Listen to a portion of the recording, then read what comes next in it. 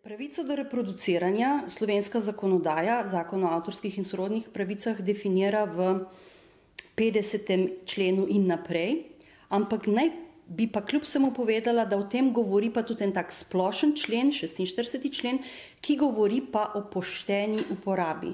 V 50. členu govori o tem, da je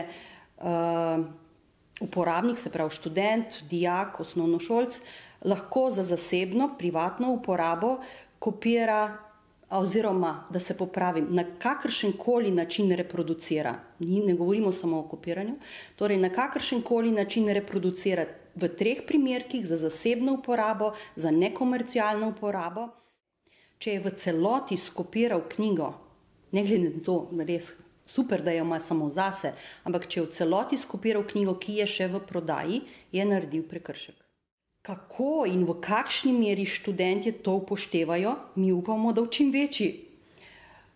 Podatka o tem pravzaprav mi nimamo. Nadzorujemo študentov v, recimo, čitalnici, kaj delajo s knjigo, tega ne delamo. S fotokopirnicami neposredno ne sodelujemo, kar bi pomenilo, ne vem, da jim pošiljamo delo ali karkoli podobnega. Seveda si pa študent v knjižnici lahko izposodi delo, ga odnese v fotokopirnico.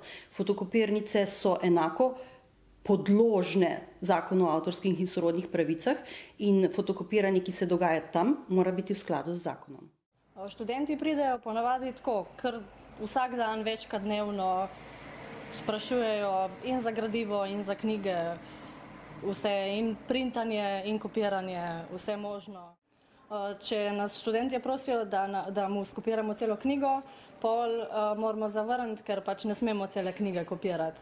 Zdaj, edine izjeme so v bistvu določeni zapiski profesorjev, ampak to je v poslovalnici blizu Filozofske fakultete, ker jih profesori sami prinesejo tja z namenom prav za študente, ne? Se pa ne sme zunanjim dajati teh zapiskov. Delodajalec nam je povedal, da se ne sme kopirati celotnih knjig, se pa lahko kopira recimo kakšne zapiske študentov, pa seveda dovolimo jim natisniti stvari, ki jih sami prinesejo, ker pač nimamo mine tega.